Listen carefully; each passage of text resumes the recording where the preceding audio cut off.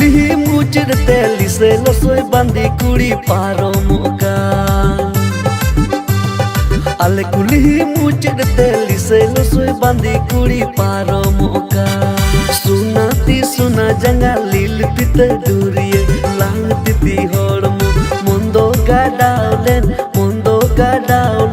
आमा रूप रे।